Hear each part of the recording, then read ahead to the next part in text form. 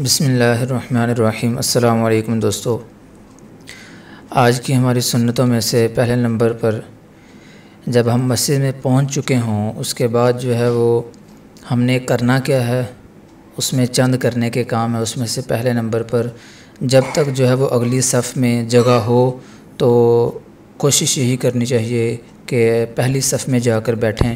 امام کے بالکل پیچھے یا دائیں طرف یا بائیں طرف۔ اور آگے دوسرے نمبر پر میرے دوستو، جب تک انسان وہ بندہ جماعت کے انتظار میں رہتا ہے تو اس کو جو ہے وہ برابر نماز پڑھنے کا ہی ثواب ملتا رہتا ہے،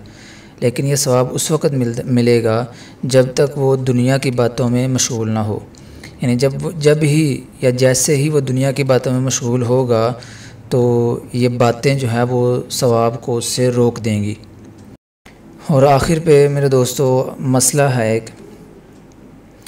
کہ صبح صادق سے لے کر طلوع آفتاب کے 15-20 منٹ بعد تک جو ہے وہ نفل نماز پڑھنا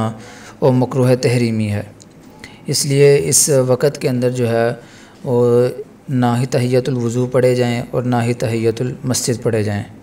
البتہ اس وقت کے اندر جو ہے وہ انسان اپنی قضا نمازیں جو ہے وہ پڑھ سکتا ہے، اور اسی طرح سجدہ تلاوت ہے اور نماز جنازہ جو ہے یہ پڑھ سکتا ہے۔